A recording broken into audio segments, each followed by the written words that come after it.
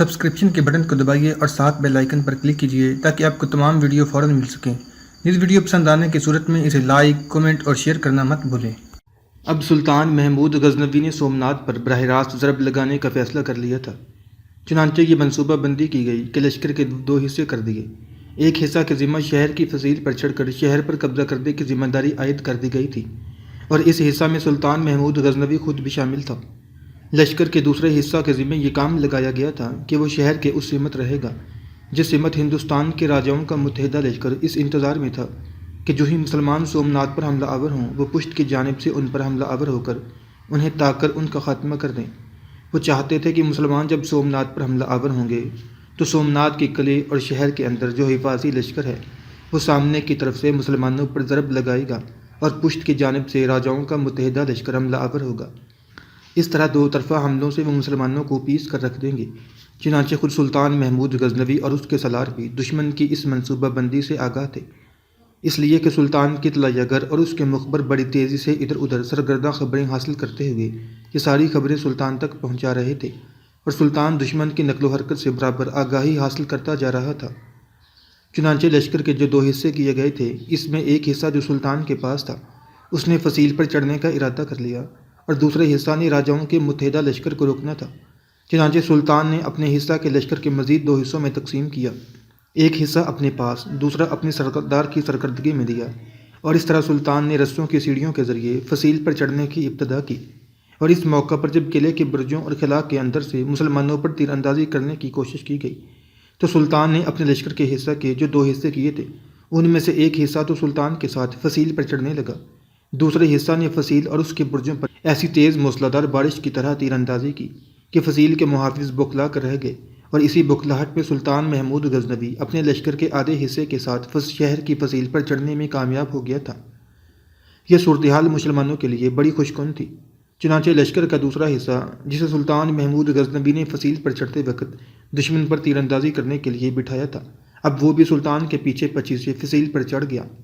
اس طرح جب شہر کے اندر محصول لشکر نے فصیل پر چڑھنے والے مسلمان لشکریوں پر دباؤ ڈالنا چاہا تو سلطان نے ان پر حملہ آور ہو کر نہ صرف یہ کہ ان کی اکثریت کو کاٹ کر رکھ دیا، بلکہ انہیں سلطان نے شہر پناہ پر چڑھنے کے لیے جو سیڑھیاں بنی ہوئی تھیں ان سیڑھیوں سے بھی سلطان نے انہیں حملہ آور ہو کر دور بھگا دیا تھا۔ اس موقع پر جب کہ سلطان اپنے پورے لشکر کے ساتھ فصیل پر چڑھ گیا تھا، فصیل کے اندر سے جو سلطان پر حفاظی لشکر نے دباؤ ڈالنا شروع کر دیا تھا، اس دباؤ کو بھی سلطان نے کم کرنا شروع کر دیا تھا۔ چنانچہ راجاؤں کا وہ متحدہ لشکر جو سومناتھ کے نواح میں قیام کیے ہوئے تھا، اسے جب خبر ملی کہ مسلمانوں نے شہر پر حملہ کرنا شروع کر دیا ہے اور مسلمانوں کے لشکری فصیل پر چڑھنا شروع ہو گئے ہیں، تب وہ لشکر حرکت میں آیا تاکہ آگے بڑھ کر فصیل پر چڑھنے والے مسلمانوں پر حملہ آور ہو جائے۔ لیکن مقامی لشکر کی بدقسمتی تھی کہ سلطان محمود غزنوی نے ان سے نمٹنے کے لیے اپنے لشکر کا جو ایک حصہ مختص کیا تھا، اس حصہ نے راجاؤں کے متحدہ لشکر کو بدترین شکست دے کر اسے بھاگنے پر مجبور کر دیا اور ان کے پڑاؤ کی ہر چیز پر بھی قبضہ کر لیا۔ اس کے بعد وہ لشکر بھی ایک طرح سے فارغ ہو گیا تھا، کیونکہ راجاؤں کا لشکر بھاگ گیا تھا، تاہم انہوں نے ان کے پڑاؤ پر قبضہ کرتے ہوئے ہر چیز کو سنبھالنا شروع کر دیا تھا۔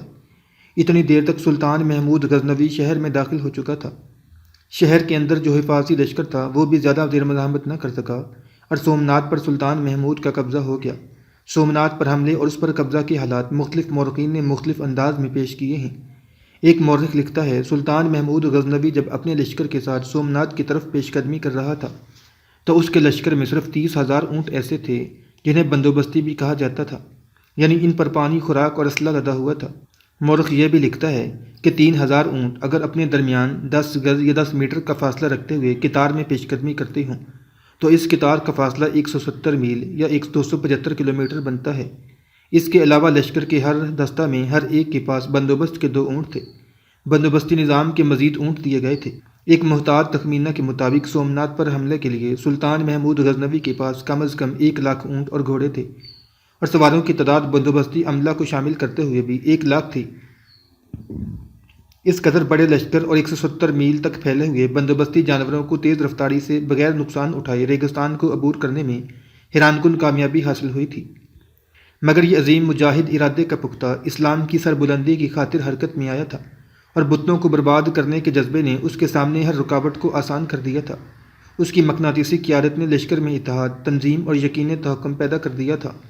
یہی مورخ مزید لکھتا ہے کہ قلعہ سے باہر شہر کے کچھ دور راجاؤں کا لشکر پڑاؤ ڈالے ہوئے تھا۔ سلطان محمود نے قلعہ کو 3 طرف سے گھیر لیا اور قلعے سے باہر لشکر کو روکنے کے لیے ایک دستے نے دفاعی پوزیشن اختیار کر لی تھی تاکہ سلطان کے قلعہ پر حملہ میں ادھر سے مدافعت نہ ہو۔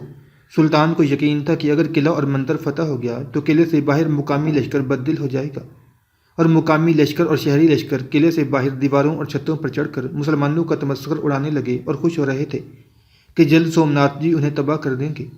پجاری پوجا کر رہے تھے، گویے گا رہے تھے، داسیاں ناچ رہی تھیں۔ البتہ مندر کے حیاسوز واقعات سے باخبر اور بدھ کے فراڈ سے واقف پنڈتوں کو یقین تھا کہ ان کا بھانڈا عنقریب پھوٹ جائے گا۔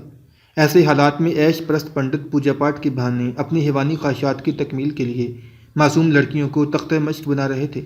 پنڈت اور پجاری ظاہری طور پر مسلمانوں کی بربادی کا یقین دلا رہے تھے، ان میں سے بیشتر بھاگنے کے منصوبے بھی بنا رہے تھے، مگر انہیں یہ بھی یقین تھا کہ سلطان محمود پنڈتوں اور پجاریوں کو قتل نہیں کرتا، وہ تو صرف بتوں کو توڑنے آتا ہے۔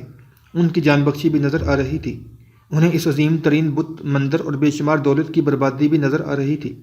انہیں حسین لڑکیوں اور داسیوں کا بھی غم تھا جنہیں محمود معمول کی طرح آزاد کر دیا کرتا تھا۔ سلطان محمود نے مقامی حکمرانوں، راجاؤں اور امراء کو پنڈتوں کے شرمناک حربوں سے بھی آگاہ کر دیا تھا، مگر ہندو دھرم پر پنڈتوں کا تسلط قائم تھا۔ ان کے سامنے بڑے بڑے راجا بے بس تھے۔ ادھر پنڈتوں کے جوش دلانے پر مقامی لشکری مسلمانوں کے خلاف نعرے لگا رہے تھے، ساتھ ہی ساتھ پنڈت اور لشکری سومناتھ جی سے مدد بھی مانگ رہے تھے۔ بدھ کے سامنے پنڈت گڑ گڑا رہے تھے کہ مسلمان یلغار کر کے قلعے کے اندر داخل ہو گئے۔ جمعہ کا روز تھا اور ہندو مر مٹنے پر تلے ہوئے تھے، وہ قدم قدم پر لڑ رہے تھے۔ ادھر قلعہ سے باہر ہندو لشکر نے بھی حملہ کر دیا، مگر محمود کے لڑاکا دستوں نے لاتعداد مقامی لشکریوں کو روکے رکھا۔ سارا دن لڑائی ہوتی رہی۔ ہندوستان کے کونے کونے سے سومناتھ کی حفاظت کے لیے لشکری پہنچے تھے۔ انہیں روکنے کے لیے سلطان کے ہلکے دستے جا بجا پھیلے ہوئے تھے۔ سلطان جلد از جلد مندر فتح کرنا چاہتا تھا۔ ہفتہ کے روز سلطان خود شہر میں داخل ہو گیا۔ سلطان بدھ کے سامنے پہنچا تو اپنا جنگی کلہاڑا اٹھایا۔ پجاریوں نے رو رو کر التجا کی کہ وہ بدھ کو نہ توڑے، اس کے بدلے بے پناہ دولت قبول کرے، لیکن سلطان نے کہا، میں چاہتا ہوں کہ قیامت کے روز اللہ تعالیٰ یہ کہہ کر پکارے کہ کدھر ہے محمود جس نے دنیا میں سب سے بڑا بت توڑا۔ میں یہ نہیں چاہتا کہ اللہ تعالیٰ یہ کہہ کر مجھے پکارے کہ کدھر ہے وہ محمود جس نے دولت کے بدلے بت فروخت کر دیا۔ یہ کہہ کر سلطان محمود غزنوی نے ایک ہی ضرب سے بت توڑ دیا۔ بت ٹھوس تھا اور غیر مسلم مورخین کا یہ کہنا بالکل غلط ہے کہ کسی نے محمود کو یہ راز بتا دیا تھا کہ بت کے اندر بے شمار دولت تھی اور جو دولت پجاری اسے بت کے بدلہ میں پیش کر رہے تھے وہ بہت کم تھی۔ البتہ پنڈتوں نے بے شمار دولت چھپا رکھی تھی، مگر سلطان محمود کے جاسوسی نظام نے ہر کونے کی تلاشی لے کر بے شمار مال و دولت پنڈتوں سے نکلوا لیا، جس کی مالیت 2 کروڑ تھی۔ درجنوں سونے اور چاندی کے بت بھی ملے۔ سومناتھ کا بت جس کمرے میں تھا وہاں کوئی روشنی نہ کی جاتی تھی، البتہ کمروں میں ہیروں اور جواہرات کی جگمگاہٹ سے اس قدر روشنی تھی کہ فرش پر تنکا تک نظر آتا تھا۔ کئی مورخین نے تو یہاں تک بھی کہا ہے کہ بت کے اندر واقعی ہیرے اور جواہرات موجود تھے، حالانکہ وہ بہت ٹھوس تھا، جس کے ٹکڑے سلطان نے مکہ معظمہ اور بغداد بھجوائے تھے تاکہ نمازی پاؤں تلے روند کر نماز کو جائیں۔ کچھ ٹکڑے غزنی کی جامع مسجد کے دروازے کے سامنے پھینکوا دیے۔ شہر کو آگ لگا دی گئی جو پھیل کر قلعہ کو راکھ کر گئی۔ شہر فتح ہوتے ہی قلعے سے باہر جو بچے کچے لشکری تھے بھاگ کرے ہوئے۔ انہیں یقین ہو گیا کہ سلطان ناقابل تسخیر قوت کا مالک ہے۔ مورخین مزید لکھتے ہیں کہ سمندر کی طرف سے جو مقامی بیڑا آیا تھا اس کے افراد کا خاتمہ کرنے کے بعد سلطان نے سمندر کے راستے کی بھی ناکہ بندی کی ہوئی تھی۔ کئی لڑاکا دستے کشتیوں میں بیٹھے دیکھ بھال کر رہے تھے۔ اس طرح سمندر کے راستے بہت کم لشکریوں کو فرار ہونے کا موقع ملا، اور جو سمندر کے راستے فرار ہوئے وہ ڈوب مرے۔ سلطان محمود غزنوی نے بتوں کو برباد کر کے گجرات کا علاقہ دیو آسرم کے حوالے کر دیا۔ سومناتھ کی جنگ میں تقریباً 50,000 مقامی لشکری مارے گئے۔ سومناتھ کی فتح کے بعد سلطان محمود کو جاسوسی نظام اور دیکھ بھال کے دستوں سے اطلاع موصول ہوئی کہ ہندو بدھ کی بربادی کا بدلہ لینے کے لیے بھاری تعداد میں انلواڑہ کے راجا پریم دیو کی قیادت میں جمع ہو رہے تھے۔ ہندو لشکر کے دستے محمود کے واپس جانے کے راستے کی ناکہ بندی کر رہے تھے، یعنی خلیج کوچ سے مدیرہ تک کے درمیانی علاقے میں مقامی لشکر چھپائے وہ سلطان محمود کی آمد کا منتظر تھا۔ مقامی لشکریوں کا جوش قابل دید تھا۔ سلطان کے دیکھ بھال لڑاکا دستوں نے ان پر نگاہ رکھی ہوئی تھی، چنانچہ سلطان محمود نے فوراً راستہ بدلنے کا فیصلہ کیا اور شمال کی جانب کنتھ کوٹ موجودہ کانڈلا کی جانب روانہ ہوا۔ دائیں بازو کی حفاظت کے لیے ایک لڑاکا دستہ مقرر تھا۔ کانڈلا کے جنوب مشرق میں سمندر بہت تنگ یعنی 1.5 میل تھا۔ سلطان نے سمندر کو عبور کرنے کا فیصلہ کیا۔ مد و جزر کی وجہ سے گہرائی بہت کم تھی۔ سلطان کے عقب میں تمام لشکر نے 2 دن میں بغیر نقصان سمندر کا وہ حصہ عبور کر لیا۔ اس وقت لشکر کے افراد اور قیدیوں کے علاوہ 2 لاکھ گھوڑے اور دوسرے مویشی تھے۔ کانڈلا میں موجود راجہ بھیم دیو کو جب سلطان محمود کی آمد کی اطلاع ہوئی تو وہ وہاں سے فرار ہو گیا۔ اس دوران راجہ پریم دیو باوجود کوشش کے سلطان محمود کی واپسی کی ناکہ بندی نہ کر سکا۔ سلطان محمود کے لڑاکا دستوں نے مقامی جنگجوؤں کو دور رکھا، چنانچہ مقامی لشکر کے کئی دستوں کو مار بھگایا۔ دراصل مقامی لشکری گھبرائے ہوئے تھے، ورنہ سمندر عبور کرتے وقت مقامی لشکر سلطان محمود غزنوی پر حملہ آور ہو کر نقصان پہنچا سکتا تھا۔ کانڈلا سے سلطان محمود سیدھا شمال کی جانب نگر کوٹ اور عمر کوٹ کے راستے منصورہ کی طرف روانہ ہوا تھا۔